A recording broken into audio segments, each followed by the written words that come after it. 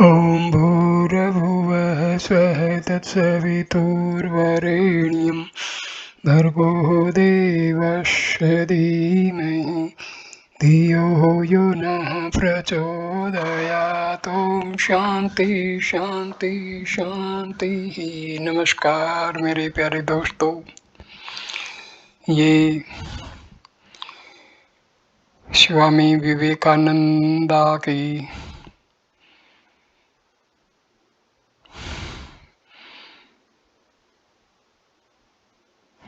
स्वानुभूति का दूसरा वीडियो है। ये दूसरा पार्ट है धर्म जीवन की साधनाएं।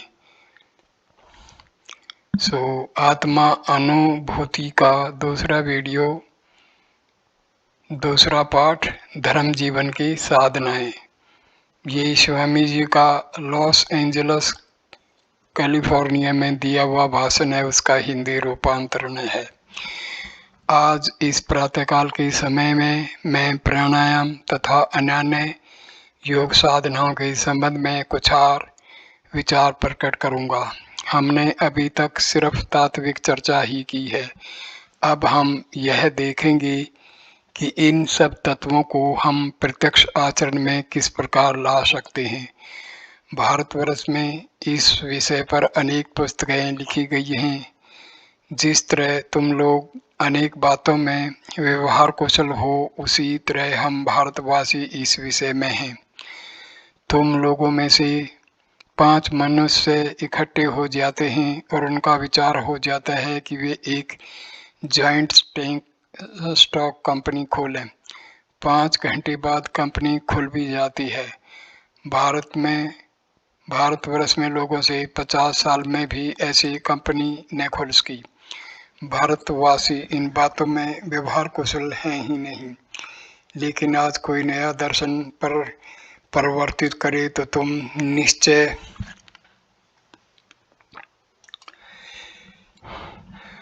समझ लो कि वह चाहे जितना ही विलक्षण क्यों न हो, उसके अनुयायी निकल ही पड़ेंगे। उदाहरणार्थ मान लो अगर किसी ने कहा कि 12 साल दिन रात एक पैर पर खड़े रहने से मुक्ति मिल जाएगी, तो एक पैर पर खड़े रहने को सैकड़ों आदमी मिल जाएंगे। वे सारी तकलीफ चुपचाप सह लेंगे। वहाँ ऐसे मनुष्य भी हैं जो कि पुण्य प्राप्त करने के लिए लगातार सालों हाथ उठाए ही रह जाएंगे। मैंने स्वयं ऐसे सैकड़ों व्यक्ति देखे हैं। और यह ध्यान रहे कि इनमें से सभी मूर्ख होते हैं, ऐसा नहीं। उनकी गंभीर तथा विशाल बुद्धि देखकर तुम चकरा जाओगे। अब तुम्हारी समझ में आ जाएगा कि व्यवहार कुशलता शब्द भी सापेक्ष है। दूसरों की योग्यता ठहराते समय हम सदा यही गलती कर बैठते हैं। हम समझ बैठे हैं कि हमारी छोटी बुद्धि जितना समझ सकती है उतना ही यह विश्व है। मेरी नीति की कल्पनाएं, मेरी कर्तव्य विषयक भावना या मेरी उपयोगिता की कल्पना, यही केवल ऐसी वस्तुएं हैं जो लोगों के पाने योग्य हैं। एक दिन यूरोप में भ्रमण करते समय मैंने देखा मार्सेलेस में, जिसको मैं पार कर रहा था, सांडों की लड़ाई हो रही थी। लड़ाई का हाल सुनकर जहाज में बैठे हुए सब अंग्रेज जोश से पागल हो गए थे। कह रहे थे यह तो बिल्कुल बेरहमी है, और बड़े दोष बतलाकर बुरी भाषा उपयोग में ला रहे थे। जब मैं इंग्लैंड गया तो वहां मैंने दंगल में भाग लेने वाले एक दल के विषय में सुना। ये लोग पेरिस गए थे और फ्रांसीसियों ने ठोकरें मारकर इन्हें निकाल दिया था, क्योंकि वे दंगल खेलना प्राइज फाइटिंग बेरहमी समझते हैं। जब इस तरह की बातें मैं अनेक देशों में सुनता हूँ तो ईसा के अप्रतिम शब्दों का मतलब मेरी समझ में आ जाता है, ताकि दूसरे लोग तुम्हें बुरा न कहें, तुम भी किसी को बुरा न कहो। जितना ही अधिक हम समझने लगते हैं उतना ही अधिक हमें पता लगता है कि हम कितना अज्ञ हैं और मनुष्य का मन किस तरह से अनंत प्रकार से कार्य कर रहा है। जबकि जब मैं छोटा था तब मैंने अपने देश बांधवों की बेदंडात्मक तपस्या के प्रकारों में नुक्ताचीनी किया करता था। हमारे देश के बड़े-बड़े आचार्यों ने भी उन प्रकारों में नुक्ताचीनी की है। इतना ही नहीं, दुनिया के श्रेष्ठतम पुरुष भगवान बुद्ध ने भी यह बात की है, लेकिन जैसे-जैसे मैं बड़ा होता जा रहा हूँ, मैं देखता हूँ कि उनकी इस तरह नुक्ताचीनी करने का मुझे कोई अधिकार नहीं है। यद्यपि उनकी बातें असंबद्ध होती हैं, तो भी कभी-कभी मैं भी चाहता हूँ कि उनकी कार्य अक्षमता तथा सहनशक्ति का एक अंश में मुझ में आ जाए। मुझे अक्सर मालूम होता है कि यह जो मैं नुक्ताचीनी करता हूँ, वह इसलिए नहीं कि मुझे देहदंड पसंद नहीं है, बल्कि इसलिए कि मैं डरपोक हूँ। मुझ में वह करने की हिम्मत नहीं है, मैं उसे आचरण में नहीं ला सकता। तुम्हारे ध्यान में यह भी आ जाएगा कि बल, वीर्य तथा धैर्य ये बातें हैं जो बिल्कुल खास हैं। हम अक्सर कहा करते हैं कि यह मनुष्य शूर है, हिम्मत वाला है या धैर्यशील है, लेकिन हमें स्मरण रखना चाहिए कि शौर्य, धैर्य या अन्य गुण हमें केवल उसी मनुष्य में सभी अवस्थाओं में दिखाई देंगे, ऐसा नहीं। एक मनुष्य जो तोप के मुंह में घुस जाएगा, डॉक्टर का चाकू देखकर पीछे हट जाता है, लेकिन दूसरा मनुष्य जो तोप देखने की भी हिम्मत नहीं करेगा, मौका पड़ने पर डॉक्टर की चीर-फाड़ शांति से सहन कर लेता है। इसलिए दूसरों के संबंध में अनुकूल या प्रतिकूल मत बनाने के समय तुम्हें हिम्मत या बड़प्पन की अपनी व्याख्या देनी चाहिए। हो सकता है कि जिस मनुष्य को मैं बुरा कहता हूँ, वह अन्य कोई बातों में बहुत ही अच्छा हो, जिनमें मैं कभी अच्छा नहीं हो सकता। दूसरा उदाहरण लो, जब लोग मनुष्य और स्त्री की कार्य शक्ति के संबंध में बातचीत करते हैं, तो तुम देखो कि वे बड़ी गलती कर बैठते हैं। मनुष्य के युद्ध तथा कठिन शारीरिक श्रम कर सकने के कारण वे समझते हैं कि वे अधिक श्रेष्ठ हैं, और इसके साथ स्त्री जाति की शारीरिक दुर्बलता तथा युद्ध प्रांगमुखता की तुलना कर दोनों में विरोध दिखाते हैं।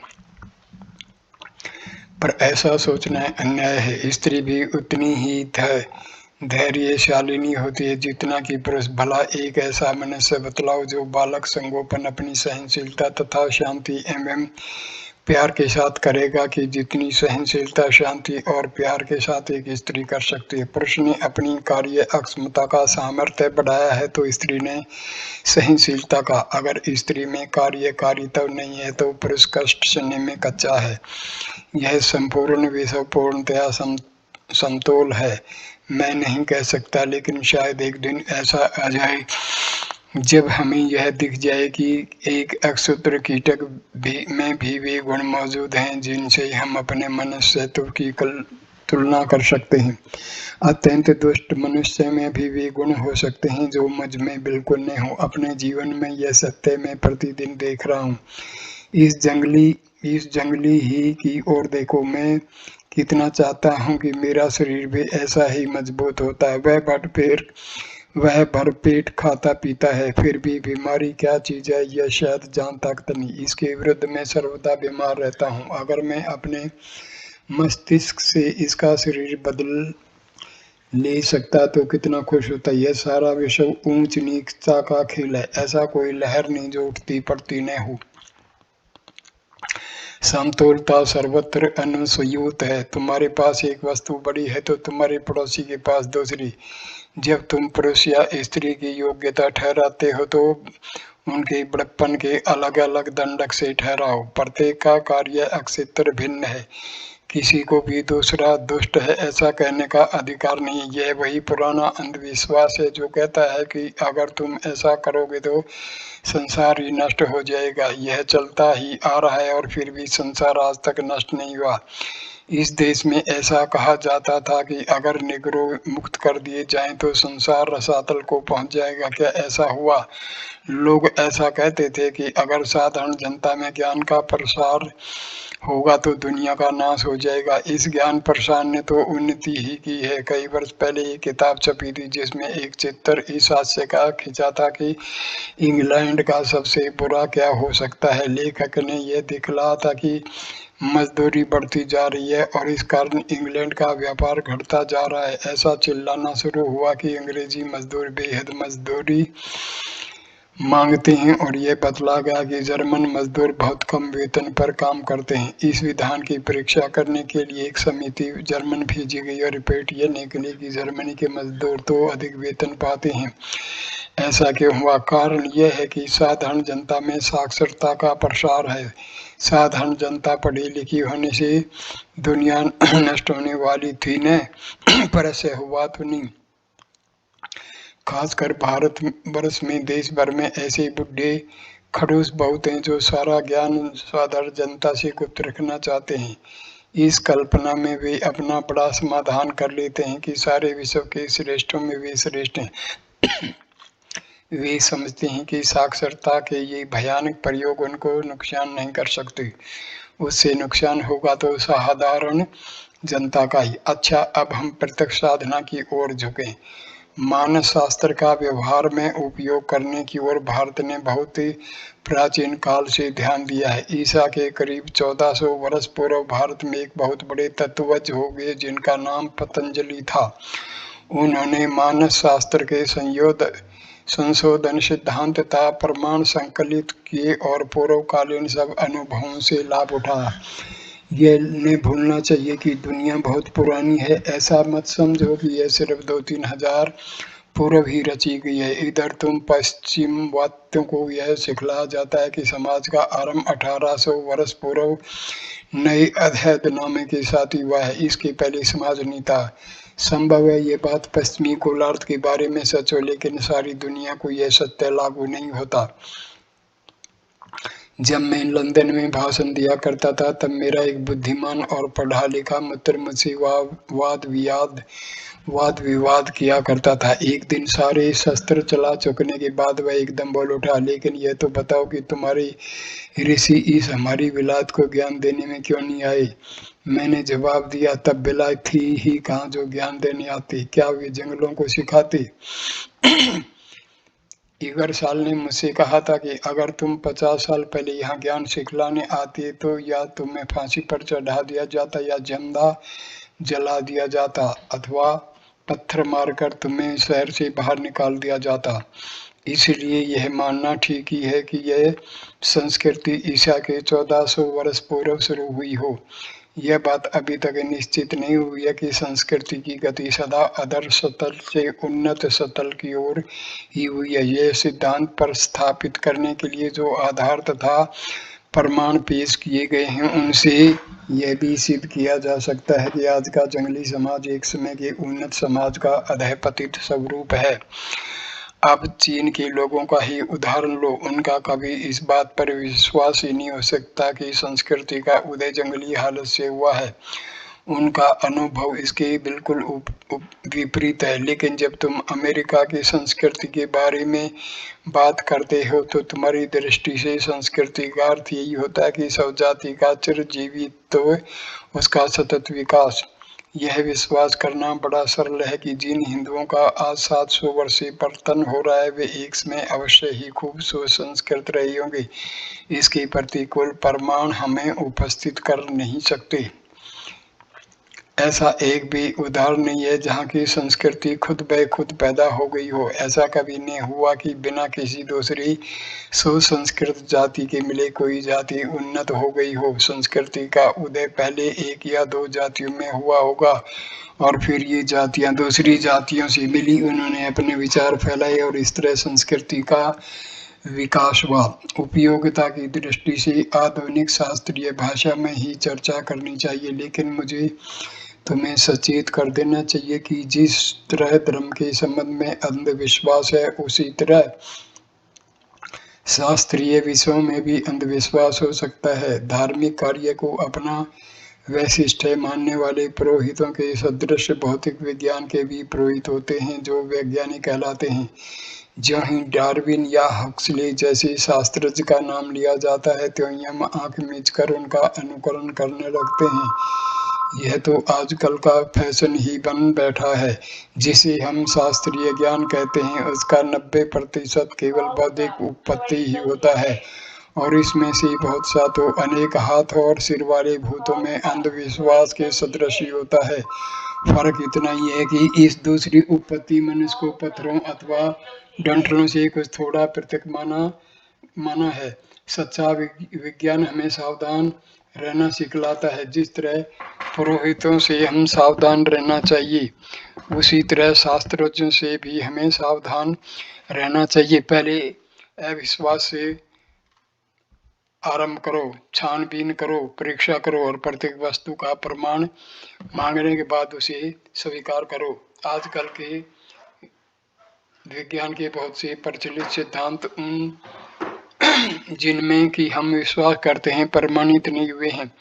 गणित जैसे शास्त्र में भी बहुत से सिद्धांत ऐसे हैं जो कि केवल मान ली हुई उत्पत्ति के सदृश ही हैं। जब ज्ञान की वृद्धि होगी तो ये धुतकार दिए जाएंगे। ईसा के 1400 वर्ष पूर्व एक बड़े महात्मा ने मानव शास्त्र के कुछ सत्यों की व्यवस्थित रचना तथा विश्लेषण से व्यापक सिद्धांत निकालने का प्रयत्न किया था। उनके बाद उनके अनेक अनुयायी आए जिन्होंने उनके संशोधित ज्ञान के अंश ले लिए और उन्हीं का अध्ययन विशेष रूप से प्रारंभ किया। प्राचीन जातियों में सिर्फ हिंदुओं ने ही ज्ञान की इस विभाग का अध्ययन मन लगाकर किया है। मैं अब तुम्हें यह वही सिखलाऊंगा, लेकिन तुम में से कितने उसका आचरण करोगे? बताओगे तो कितने दिन या कितने महीने के बाद ही तुम इसे छोड़ दोगे? मैं जानता हूँ कि इस विषय में तुम लोग बहुत ही अव्यवहारी हो। भारतवर्ष में मनुष्य युग अनुयुग साबित कदम ही रहेंगे। तुम्हें सुनकर आश्चर्य होगा कि न तो उनका कोई गिरजाघर है और न ही सामुदायिक प्रार्थना की पुस्तक ही। वहाँ इस तरह के दूसरे साधन ही नहीं है, परंतु फिर भी वे प्राणायाम का अभ्यास करते हैं तथा मन को एकाग्र करने का यत्न करते हैं। उनकी उपासना का मुख्य अंश यही है। असल में यह तो उस देश का धर्म ही है। हाँ, उनमें से प्रत्येक के प्राणायाम तथा मन को एकाग्र करने की पद्धति का खास तरीका है, पर यह आवश्यक नहीं है कि किसी व्यक्ति की स्त्री भी वह तरीका जाने। शायद बाप भी लड़के का तरीका नहीं जानता है, लेकिन हिंदुओं को ये अभ्यास करने ही होते हैं। इन अभ्यासों में कोई गूढ़ता नहीं है। गूढ़ता शब्द भी इनको लागू नहीं होता। रोज हजारों मनुष्य गंगा के किनारे आंख बंद कर ध्यान लगाए हुए प्राणायाम का अभ्यास करते हुए दिखाई देते हैं।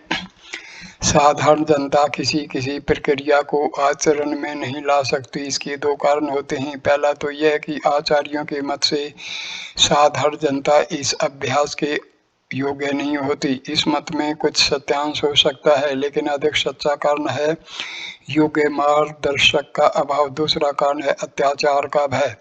उदाहरणार्थ, तुम्हारे देश में आमतौर से प्राणायाम करना कोई पसंद नहीं करेगा, क्योंकि लोग उस व्यक्ति को शायद सोचने लगे कि क्या अजीब जीव है यह। इस देश का ऐसा रिवाज ही नहीं है। इनके विरुद्ध भारतवर्ष में अगर कोई ऐसी प्रार्थना करे, हे प्रभु आज के दिन हमारी हर रोज की रोटी दो, तो लोग उस पर हंसेंगे। हे पिता जो तुम स्वर्ग में रहता है, इसके समान तो हिंदुओं की दृष्टि में दूसरी मूर्खता की कल्पना ही नहीं हो सकती। जिस समय हिंदू उपासना करने बैठता है उसमें परमेश्वर अपने हृदय में विराजमान है, ऐसा वह समझता है। योगियों के मत से मुख्यतः तीन नाड़ियां हैं। पहली ईड़ा, दूसरी पिंगला और बीच की सुषुम्ना। तीनों मेरुदंड के भीतर रहती हैं। दाहिनी ईड़ा और बाईं पिंगला ये ज्ञान तत्वों की बनी हुई हैं। बीच की सुषुम्ना यह ज्ञान तत्वों की बनी हुई नहीं है, वह पोली है। सुषुम्ना बंद रहती है और साधारण मनुष्य के लिए इसका कोई उपयोग नहीं होता। वह ईड़ा और पिंगला से ही अपना काम लिया करता है। इन्हीं नाड़ियों द्वारा संवेदना का प्रवाह लगातार आता जाता रहता है और संपूर्ण शरीर में फैले हुए ज्ञान तंतुओं द्वारा शरीर की पृथक पृथक इंद्रियों तक ये नाड़ियां हुक्म पहुंचाती रहती हैं। ईड़ा और पिंगला का व्यवहार नियमित करना और उनमें नियमित गति रिदम उत्पन्न करना प्राणायाम का एक का उद्देश्य है, पर यह स्वयं कुछ असामान्य कार्य नहीं है। वह सिर्फ अपने फेफड़ों में काफ़ी हवा लेता है और खूब साफ करने के अलावा इसका कोई विशेष उपयोग नहीं है। श्वासोच्छ्वास द्वारा हवा फेफड़ों में खींचना और उसके द्वारा खून साफ करना, इसमें कोई गुप्त रहस्य नहीं है। यह विधि केवल शारीरिक क्रिया मात्र है। प्राणायाम से सिद्ध हुआ इड़ा पिंगला की नियमित गति जब वह और भी नियमित होकर अत्यंत सूक्ष्म हो जाती है, तब हम मूलभूत शक्ति को, जिसे हम प्राण कहते हैं, प्राप्त होते हैं। विश्व में सर्वत्र दिखाई देने वाली सब क्रियाएं इस प्राण के विभिन्न रूप हैं। यह प्राण आभ्यंतरिक सूक्ष्म महाशक्ति है, वही प्राण विद्युत शक्ति है, वही चुंबक शक्ति है। मस्तिष्क के द्वारा यह प्राण शक्ति विचार के रूप में प्रकट होती है। सब वस्तुएं प्राण ही हैं और यही प्राण शक्ति सूर्य, चंद्र, तारे आदि को चलाती है। हम कहा करते हैं कि इस विश्व में जो कुछ विद्यमान है वह सब प्राण के संबंधन का ही कार्य है। प्राण के सूक्ष्मतम संबंधनों का कार्य है विचार। इससे परे अगर कुछ है तो वह हमारी कल्पना शक्ति के बाहर है।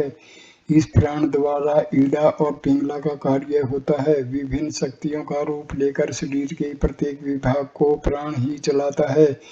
यह पुरानी कल्पना तुम छोड़ दो कि ईश्वर नाम का कोई है जो बाहर से यह सब कार्य चला रहा है और आकाश में सिंहासनस्थ हो न्याय करता है। काम करते समय हम थक जाते हैं क्योंकि उसमें हम प्राण शक्ति का बहुत व्यय करते हैं। श्वासोच्छ्वास के अभ्यास को ही हम प्राणायाम कहते हैं। प्राणायाम से श्वासोच्छ्वास नियमित होता है और प्राण की क्रिया में नियमित गति उत्पन्न होती है। जब प्राण की गति नियमित होती है तो सब व्यवहार योग्य रूप से चलने लगते हैं।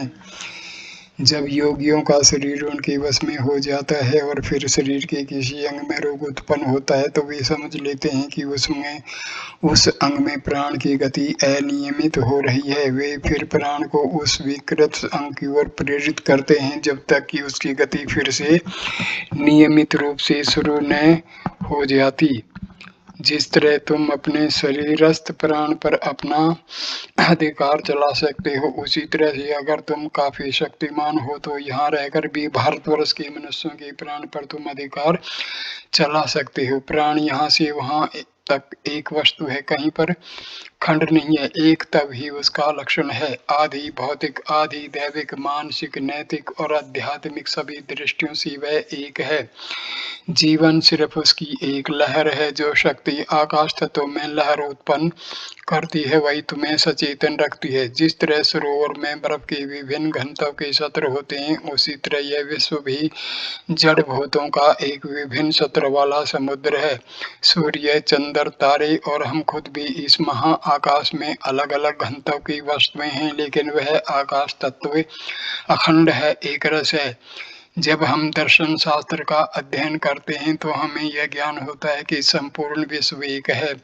आध्यात्मिक, पंच भौतिक, मानसिक तथा प्राण जगत ये भिन्न भिन्न नहीं है। समस्त विश्व यहाँ से वहाँ तक एक है, सिर्फ अलग अलग दृष्टिकोण से देखे जाने के कारण विभिन्न प्रतीत होता है। मैं शरीर हूँ, इस भावना से जब तुम अपनी ओर देखते हो तो मैं मन भी हूँ यह भूल जाते हो, और जब तुम अपने को मनोरूप में देखने लगते हो तो तुम्हें अपने शरीर तक की भी स्मृति हो जाती है। विद्यमान वस्तुतः सिर्फ एक है और तुम वह हो। वह तुम्हें या तो जड़ या शरीर के रूप में अथवा मन या आत्मा के रूप में दिख सकती है। जन्म, जीवन, मरण ये सब भ्रम मात्र है। न कोई कभी मरता है न कभी कोई जन्म लेता है। बस यही बात है कि मनुष्य एक स्थिति से दूसरी स्थिति में जाता है। इधर पाश्चात्यों को मृत्यु का बतकड़ बनाते देख मुझे बहुत दुख होता है। वे मानव जीवन को पकड़ रखने की कोशिश करते रहते हैं। मृत्यु के बाद फिर हमें जीवन दो, फिर हमें जीवन दो। अगर कोई आवे और उन्हें बतावे कि मृत्यु के बाद वे जिंदा रहेंगे तो वे कितने खुश होते हैं। इसमें मैं अविश्वास किस तरह कर सकता हूँ? मैं मृत हूँ यह मैं किस तरह सोच सकता हूँ? तुम अपने को मरा सोचने की कोशिश करो और तुम देखोगे कि मृत शरीर से विभिन्न तुम फिर भी विद्यमान रहते हो। जीवन एक ऐसा आश्चर्यमय सत्य है कि तुम एक क्षण भी उसका वे स्मरण नहीं कर सकते। तुम्हें अपने अस्तित्व के संबंध में भले ही शंका आ जाए, परंतु मैं हूँ, यह बोध चैतन्य का मुख्य प्रमाण है। जिसका कभी अस्तित्व न था, उसकी कल्पना ही कौन कर सकता है। इसलिए चैतन्य का अबाधित अस्तित्व स्वयं सिद्ध सत्य है। इसी कारण अमरत्व की कल्पना मनुष्य में स्वभावतः विद्यमान रहती है। जो विषय कल्पनातीत है, उस पर मनुष्य विवाद ही क्यों कर सकता है। जो विषय स्वतः प्रमाण है, उसके प्रमाण के संबंध में हम चर्चा क्यों करें। इसलिए हम चाहे किसी दृष्टि से देखें, हमें प्रतीत होगा कि यह संपूर्ण विश्व एक ही वस्तु है। अभी हमें यह विश्व पर प्राण तथा आकाश शक्ति एवं जड़ का बना हुआ प्रतीत होता है। और आप लोग ख्याल रखें कि इतर मूलभूत सिद्धांतों के समान यह सिद्धांत भी स्वविरोधी है, क्योंकि शक्ति स्वयं क्या है। शक्ति वह है जो जड़ में गति उत्पन्न करती है, और जड़ क्या है। जड़ वह है जो शक्ति से गतिमान हो। तब यह चक्कर झूला है। हमें विज्ञान तथा बुद्धि का अभिमान होते हुए भी हमारे कोई मूलभूत तर्क सिद्धांत बड़े विचित्र होते हैं। जैसा कि संस्कृत सुभाषित में कहा है, यह बेसिर का दर्द है ये बेसिर का सिर दर्द है। इस वस्तु स्थिति का नाम है माया। न तो वह विद्यमान है और न अविद्यमान ही। यह विद्यमान है, यह तुम इसलिए नहीं कह सकते कि सिर्फ वही वस्तु विद्यमान कहलाती है जो देश काल से परे हो और स्वतः प्रमाण हो। फिर भी हमें ऐसी प्रतीति होती है कि यह विश्व कुछ अंशों में विद्यमान है। इसलिए इस विश्व का अस्तित्व है, ऐसा हमें आभास होता है। परंतु इस समस्त विश्व में एक सत्य वस्तु ओतप्रोत है, और वह देश काल तथा कार्य कारण के जाल में फंसी जाती है। मनुष्य का सच्चा स्वरूप वह है जो अनादि अनंत आनंदमय तथा नित्य मुक्त है। वही देश काल और परिणाम के फेर में फंसा है। यही प्रत्येक वस्तु के संबंध में सत्य है। प्रत्येक वस्तु का परमार्थ स्वरूप वही अनंत है। यह विज्ञानवाद आइडियलिज्म नहीं है। इसका अर्थ यह नहीं है कि विश्व का अस्तित्व ही नहीं है। इसका सापेक्ष अस्तित्व है, और सापेक्षता के सब लक्षण इसमें विद्यमान हैं, लेकिन उसकी निरपेक्ष सत्ता नहीं है। वह इसलिए विद्यमान है कि उसके पीछे देश काल कारणातीत निरपेक्ष सत्ता मौजूद है। खैर, यह विषयांतर हो गया है। आइए अब हम फिर अपने मुख्य विषय की ओर आएं। सारी क्रियाएं, चाहे वे चेतना युक्त हों अथवा इच्छा शक्ति रहित, वे प्राण के ही कार्य हैं जो ज्ञान तंतु द्वारा होते हैं। इससे तुम्हें अब मालूम होगा कि अज्ञात वश की हुई क्रियाओं पर अपना अधिकार चलाना एक अच्छी बात है। एक दूसरे मौके पर मैंने तुम्हें मनुष्य और परमेश्वर की व्याख्या बतलाई थी। मनुष्य एक अमर्याद वर्तुल है जिसकी परिधि नहीं है, लेकिन जिसका केंद्र एक स्थान में निश्चित है। और परमेश्वर एक ऐसा वर्तुल है जिसे परिधि नहीं है, परंतु जिसका केंद्र सर्वत्र है।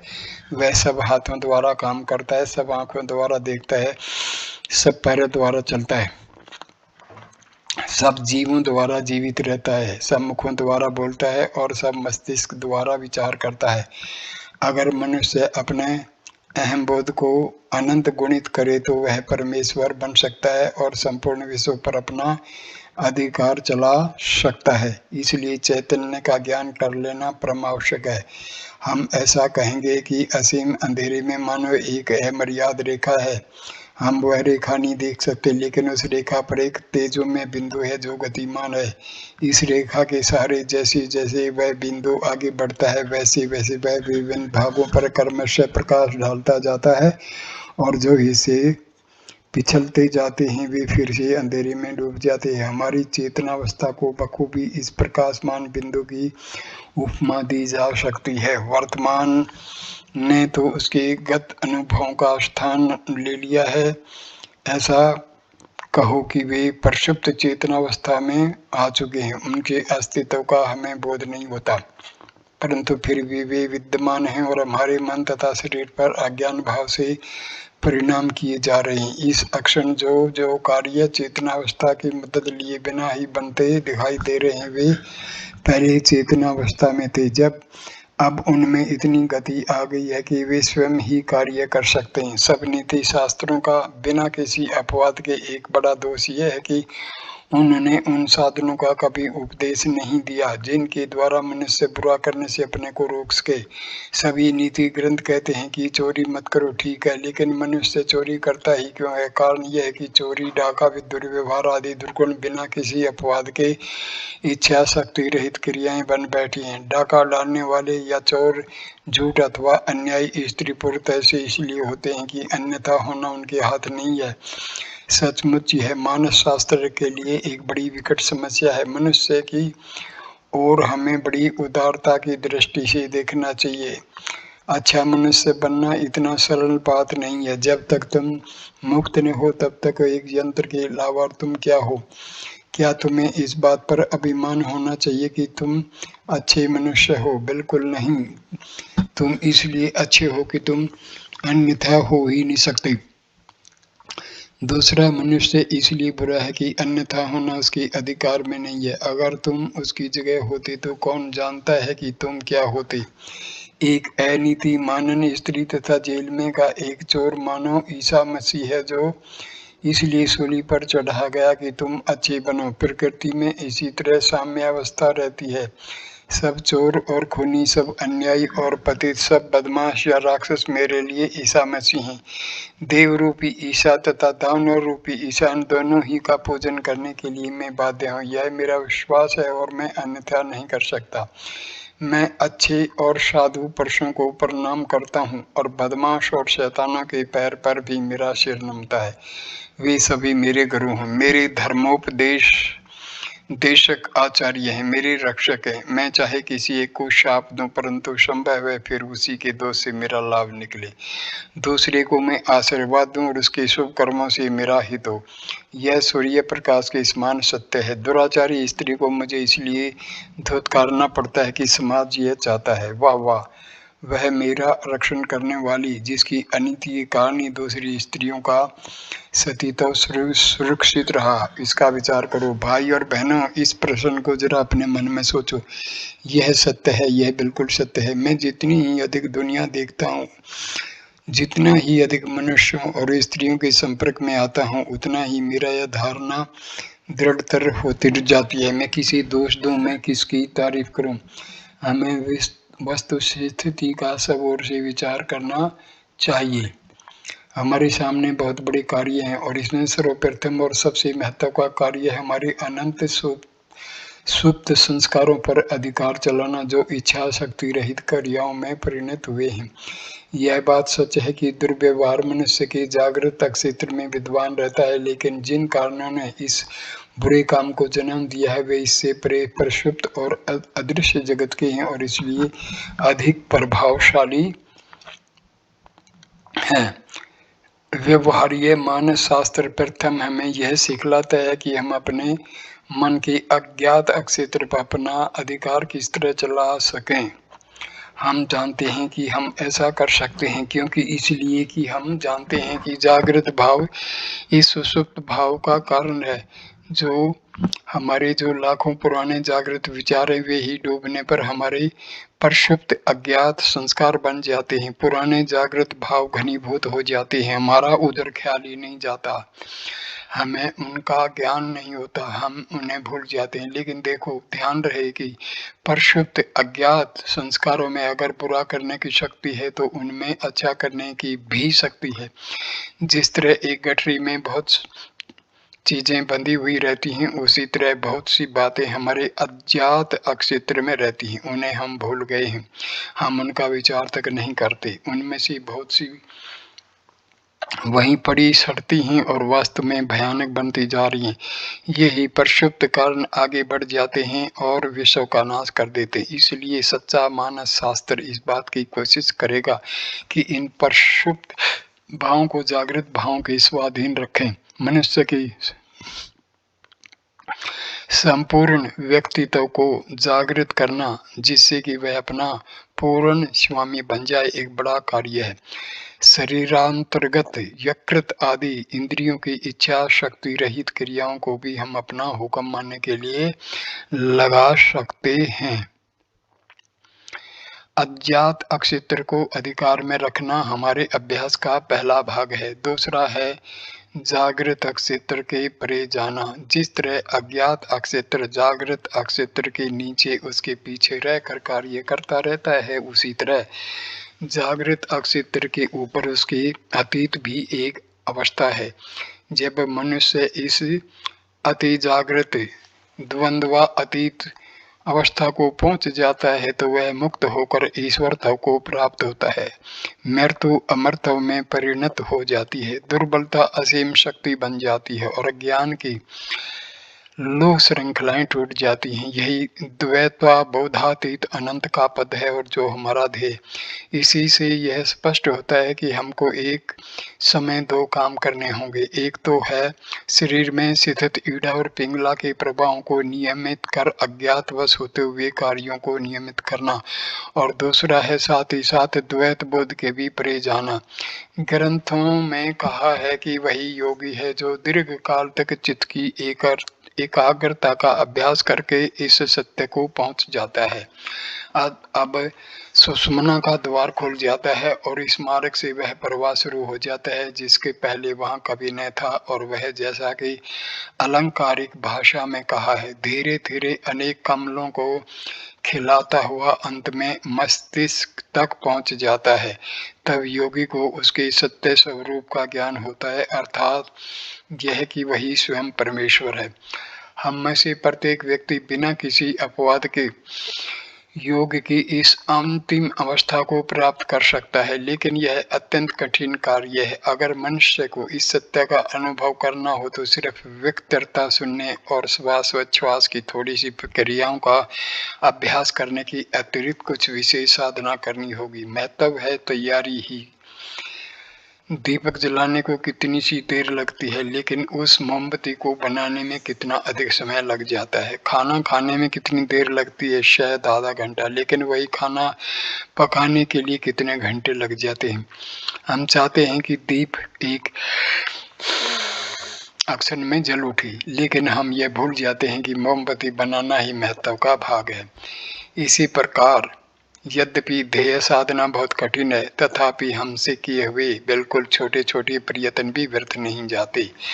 हम जानते हैं कि कोई भी वस्तु नष्ट नहीं होती। गीता में अर्जुन ने भगवान श्री कृष्ण से प्रश्न किया है कि वे मनुष्य जिनकी योग साधना इस जन्म में सिद्ध नहीं हुई किस दिशा को प्राप्त होते हैं, क्या वे ग्रीष्म काल के मेघों की तरह नष्ट हो जाते हैं? श्री कृष्ण ने उत्तर दिया, हे अर्जुन, कोई भी वस्तु नष्ट नहीं होती। जो कुछ मनुष्य एक बार अपना लेता है वह उसी का हो जाता है, और यदि योग की सिद्धि इस जन्म में नहीं हुई तो दूसरे जन्म में मनुष्य फिर वही अभ्यास आरंभ कर देता है। यदि ऐसा नहीं है तो ईसा मसीह, बुद्ध अथवा शंकराचार्य के अलौकिक बाल्य का स्पष्टीकरण तुम कैसे दोगे? आसन, प्राणायाम इत्यादि योग के सहायक हैं अवश्य, लेकिन वे सिर्फ शारीरिक क्रियाएं हैं।